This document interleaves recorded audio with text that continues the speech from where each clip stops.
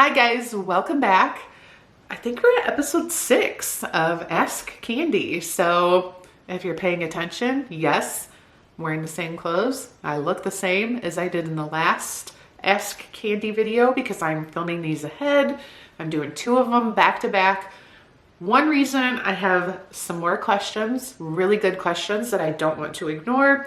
And second reason is I'm traveling in the month of February and I'm having to pre-film some videos for you guys. So I really love this first question. I can't wait to answer it. So we're just gonna jump right in. I have been out of college for 4 years. I'm in my early 30s. I'm 32 and I am having the toughest luck in finding a job in a new industry. Just like Andrew, I graduated with a bachelor's degree in business management and I worked in college for 6 years in the hospitality industry as a customer service associate for events and banquet server for weddings.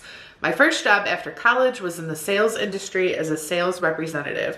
Fortunately for me, I decided to quit the job because it had a lot of red flags and my performance on the field wasn't improving. I was happy to leave both industries for good. So she goes on to share that she is passionate about the healthcare industry and that she also is dealing with a little bit of social anxiety, which has made finding a new job a bit of a struggle. And then she ends with, my question is, what job options would be good to start and how can I improve my networking skills?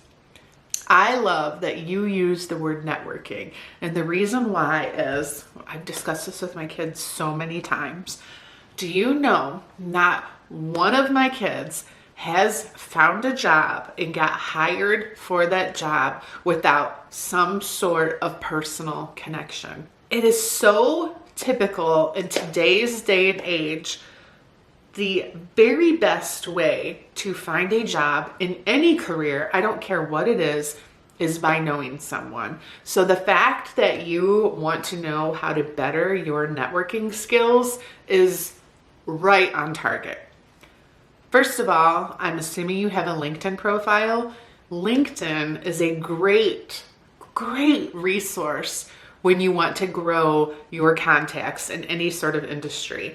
I think the first thing you need to do is really pinpoint, almost down to company names, who do you want to work for? You mentioned that you're interested in the healthcare industry. I feel like a great way to get in the door when it comes to healthcare is to work in human resources with your business degree. That's definitely a job that you would qualify for. And once you get your foot in a door at a hospital, let alone in human resources where you're going to hear about all the job openings before anybody else, it can open the potential to so many other careers. And if that's not something you're interested in, that's fine. I'm just saying, if you want to live in a certain city, like if you want to stay where you're at, literally go through LinkedIn, look up companies and look up and make a list of these are the places that I would love to work. Go through, are you on Facebook? Are your parents on Facebook? Do you have relatives on Facebook? I couldn't tell you how many times. Like here's an example. Blake is going to be starting a new job soon, okay? He heard that this particular company was hiring. I went to Ken and said, Ken, do you know anybody who works for this company? He's like, yeah, I think so. So what does he do?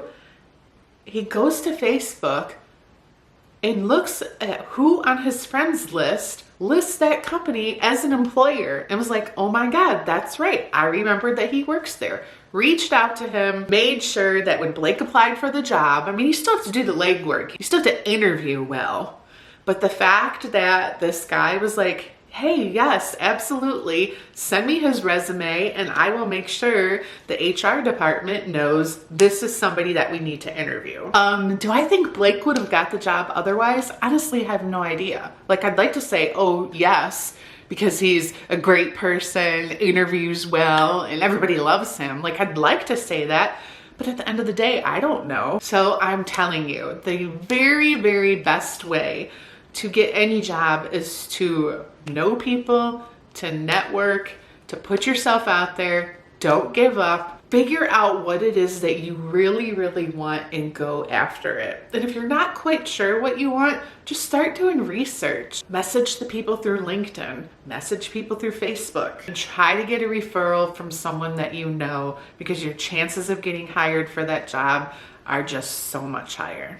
Oh, Don't worry about your family's concerns. Their concerns are legitimate. They're probably just not sharing their concern in the right way. They just want the best for you, so don't hold that against them. And when it comes to your anxiety and social anxiety, a lot of what I just shared is going to be like on your computer, through your phone, making connections, through emails. And that's stuff that you really shouldn't be nervous about. Like, you got your college degree. That's step one. Be proud of yourself and give it time. It will happen. You will figure it out. Okay, another email that I got that is kind of lengthy.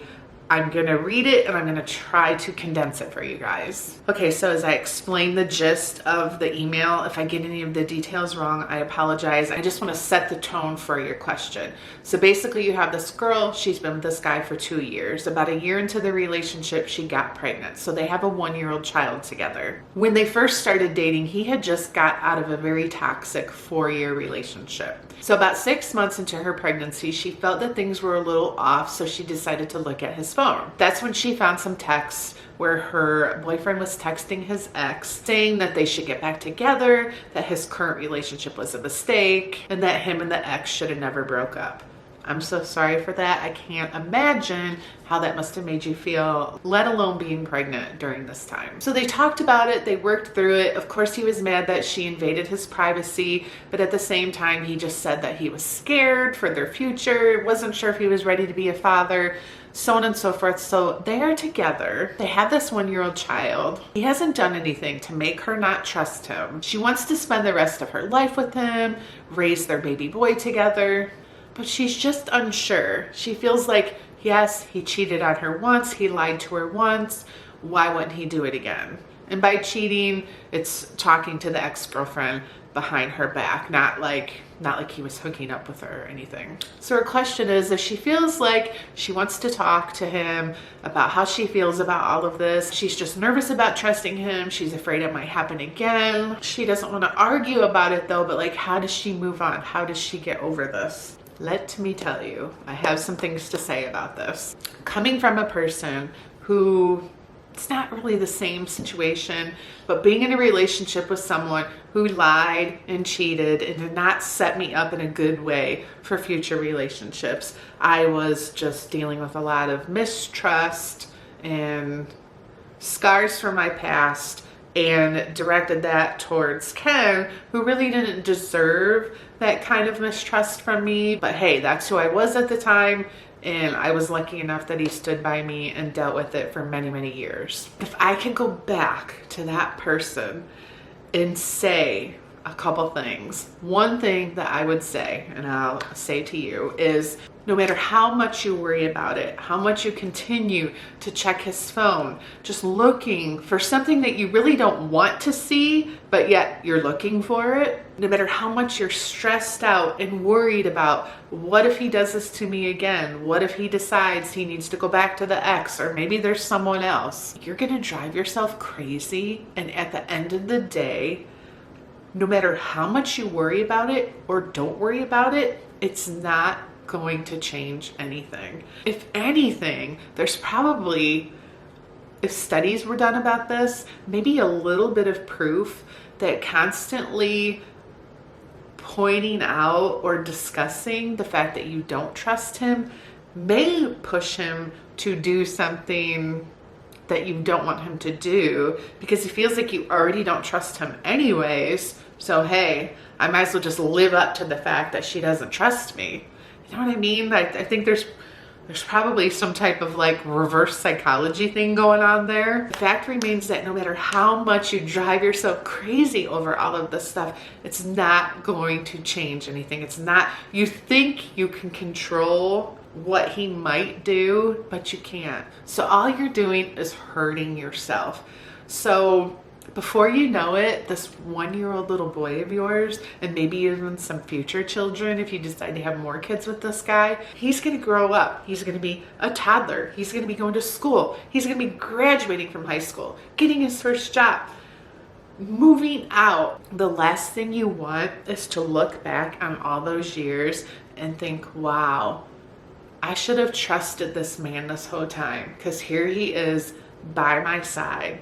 He's never left me. He's never given me a reason not to trust him, but I wasted so much time and energy worrying about something that I can't control. On the other hand, even if something does happen, or he cheats on you, he lies to you, whatever the case may be, you will be okay. You will get through it. And it isn't going to matter if on a daily basis you're worrying about it all the time. It's not going to change anything. It's not going to make you more prepared. It's not going to hurt any less because you're worried about it. And somehow, and I don't know how, because there's not some like magic equation out there, somehow you need to find a way to move past this.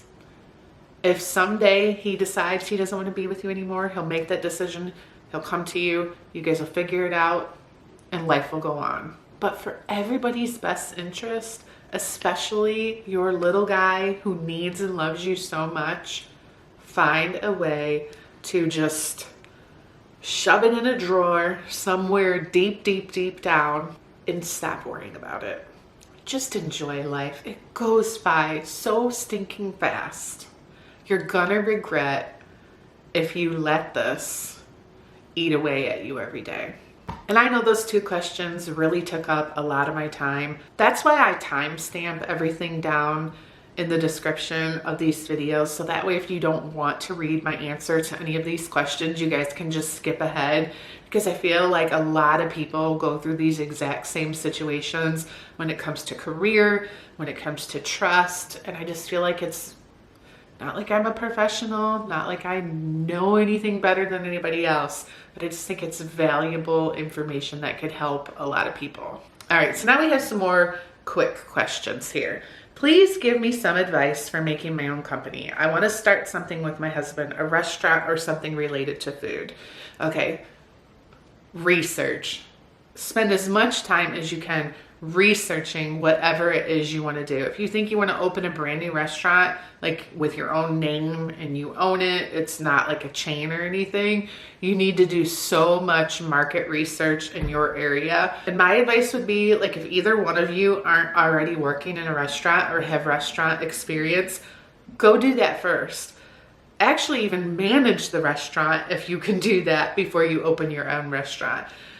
My husband has worked in the restaurant business several different places, and he's always kind of toyed around with the idea of owning some sort of restaurant, and it's always made him hesitate because it's so much work, and it's really hard to find employees that you can trust, because people love to work in the restaurant business and try to scam, take money. It's probably not as easy to do nowadays with like the computer systems and stuff that they use to take orders. But he would tell me stories back in the day when he worked in the restaurant business and how much like scamming and stuff was going on. He's like, I don't know if I could ever trust people to work in our restaurant. So I would say get experience in the field first. Do a lot of market research to make sure you're starting the right type of restaurant in the right town. And 3, it's okay to take risks financially, but I also think you need to make sure you're not setting yourself up for failure. Make sure you kind of have a plan B. Like, I wouldn't advise both of you to quit your jobs and put all of your time and energy into a restaurant. If you're self-employed, health insurance is going to cost a lot more. Just a lot of things to think about. So unless you have a lot of money saved up or a lot of equity in your home or something like that, I would advise one of you to keep working like for another company or for someone else, just to protect yourselves until things take off and you're for sure going to make an income that's going to be able to support the both of you. I think that's one key thing, just coming from experience, that Ken and I have always done, is always had more than one stream of income, because you just never know what's going to happen. Here's a simple question. When you are having a hard time sleeping, what do you take? First of all, I take magnesium every day. I actually have it linked in my Amazon store. I have actually like a category of like vitamins and supplements, but it's magnesium. It's like 3 different types of magnesium, and I forget what those words are, but I've been taking that for a little over a year now. Do I really know if it helps? No, but I know I started sleeping better, so I'm gonna keep taking it.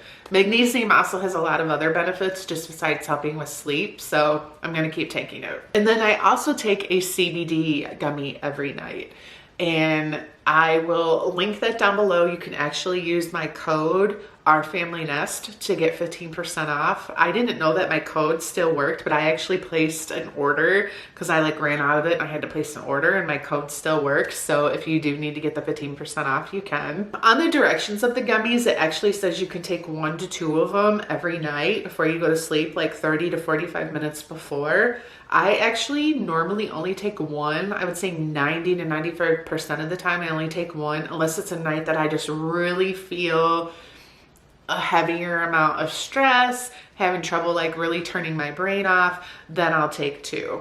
Personally, I don't feel anything when I take them. Like when I had to take Ambien, when I was really struggling with my anxiety and my sleep for that month or 2, I could feel the Ambien kick in and this feeling come over me of okay, my body's signing off now. I'm going to sleep.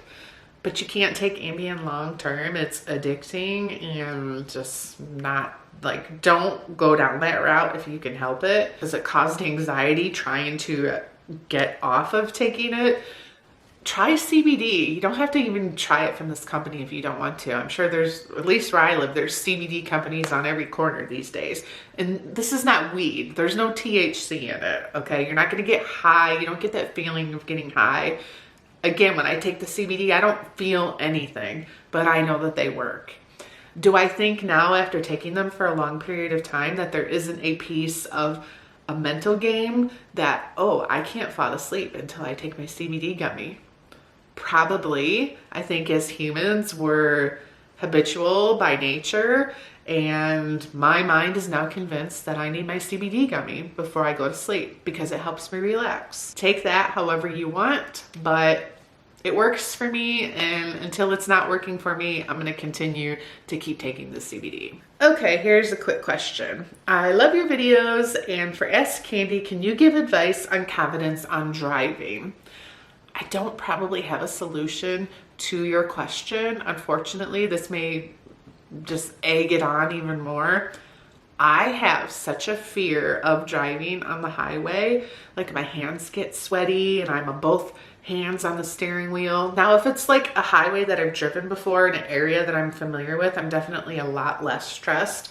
But when we would have to go to dance competitions and stuff out of town, and I would be driving in an area that I don't know where I'm going, and I always know I'm going to make a wrong turn and have to turn around, I just worry so much about getting sideswiped by a semi or getting rear-ended or, whatever. And it's so bad that when I get on Facebook, and it's not that often because I'm more of an Instagram girl or a TikTok girl than a Facebook girl.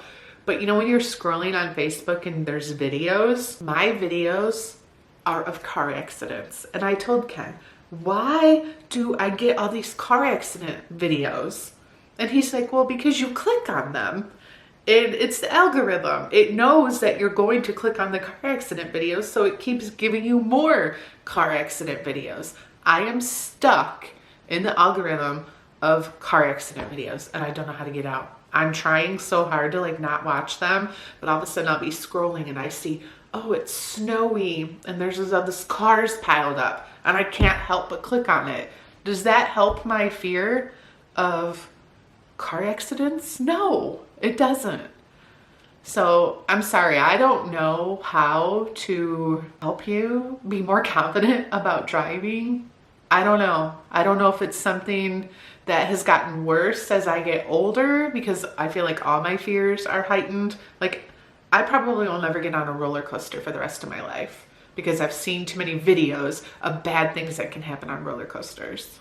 But I was in my 20s. I never even thought of that kind of stuff. So I don't know. You guys watching, do you have any tips for this gal who would like some help with confidence while driving? I will say, if I had to give one tip on this situation, the one thing that helps me is always leave wherever you're going in plenty of time so you're not rushed. Because to me, that just intensifies the situation. If I know that, oh, I'm going to get to wherever I'm going 10 to 15 minutes early, I don't care if I have to sit in my car in the parking lot or whatever the case may be.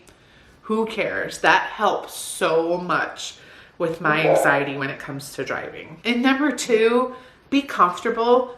Comfortable temperature. I hate driving with a coat on, so a lot of times I'll just like throw my coat in the back seat. I always have my water with me. I don't know if any of those tips are gonna help you. Sorry, that's just not something that I'm overly experienced with. All right, last question, and I love this one. How do you know when you're ready to have a baby? I have been married for 9 years now. However, we got married pretty young, when I was 20. We have openly talked about having 2 kids. Now 9 years have passed, and we do feel like we should have our first child soon, but we also have so much fun, just the 2 of us. We love to go skiing, to the movies, eating out, and overall just being together. I'm low-key afraid of losing all of that, but I really want a baby. So I wonder if I'm even fit to be a parent when I'm questioning whether I prefer skiing over having kids, if that makes any sense. It absolutely makes so much sense. And I think I first just give you a lot of credit to recognize that this is something that you should give a lot of thought to, because there's some people like me. I remember graduating from high school, being in college, and yes, I went to college to be a nurse because I thought I wanted to be a nurse. That's another whole story. But I couldn't wait to get married and be a mom. I couldn't wait to have kids. I never once questioned, well, gosh, should I travel more first? Should I like knock some of these things off my bucket list first? And then I think on the other side of it, you probably have people that are like, I hands down, no matter what, never ever want to have children. And I think it's great you're somewhere in the middle. Like you clearly, you guys want to be parents, you want to have kids, but you really enjoy your life. And you're like, how do kids fit into this equation? And I am always just so shocked by these days with social media, how I see people have children and it does not stop them from doing the things that they love. A prime example on social media, on YouTube, on Instagram would be Aspen and Parker. I think they have a great relationship. They have a great business. They work together. They have 2 little girls, and it has not stopped them from living life. They travel. They both enjoy activities without their children. Aspen's gone and done things where Parker's watched the girls and vice versa. They travel together without their kids, where they can leave their kids with their mom. Like, is it easy? No. Like, I remember Carly being 3 years old before we took a trip, like once we had all of our kids and we're ready to travel, just the 2 of us without our kids. Don't let parent guilt get to you. You can be a good parent and still enjoy life without your kids. Just be good at managing your time. Be good at making sure that you both support each other's interests and hobbies so you both can have time all together as a family, but also separately with your friends and the 2 of you together. Just trust me, there's nothing like being a parent. I feel like you're at the perfect age. I mean, the fact that you guys have been together for 9 years and you're only 30 years old and you're thinking, I think we're ready to have a baby. Like at this point, being together 9 years, you probably worked through any and all little hardships in your relationship. Like you're rock solid. You're ready for this. I'm literally talking you into having a baby, and I don't mean to do so. I just feel like you guys have created the perfect situation that you're going to be the best parents and be so ready to be there and be present for your baby. And if you live nearby, Ohio and Michigan border, I know a great babysitter. I really hope you watch this video and see me answer your question, because I love it so much. And just the fact that you're even worried about any of this, I just know you're going to be a great mom. Look at me getting emotional over people I don't even know, child I'm never gonna meet. All right, guys, thank you so much for watching this video. Thank you to everyone for your amazing questions. Stay tuned on Instagram. When it gets closer to 2 weeks from now, I will post and ask you guys for some more questions. Or you can always DM me now. I take a screenshot on my phone and I save them. So if you're watching this and you have your burning question ready, go ahead, DM me through Instagram or drop me an email at mail@ourfamilynest.com. Thanks guys for watching. We'll see you next time. Bye guys.